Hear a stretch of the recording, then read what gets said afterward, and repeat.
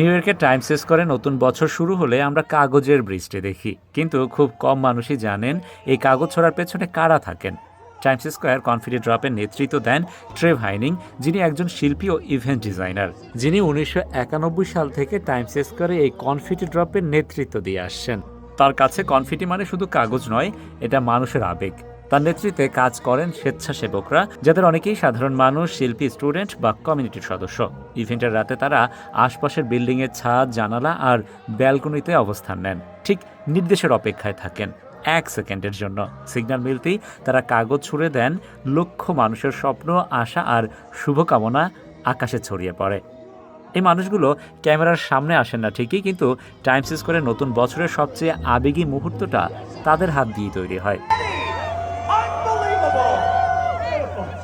Times Square New Year's Eve is presented by Planet Fitness.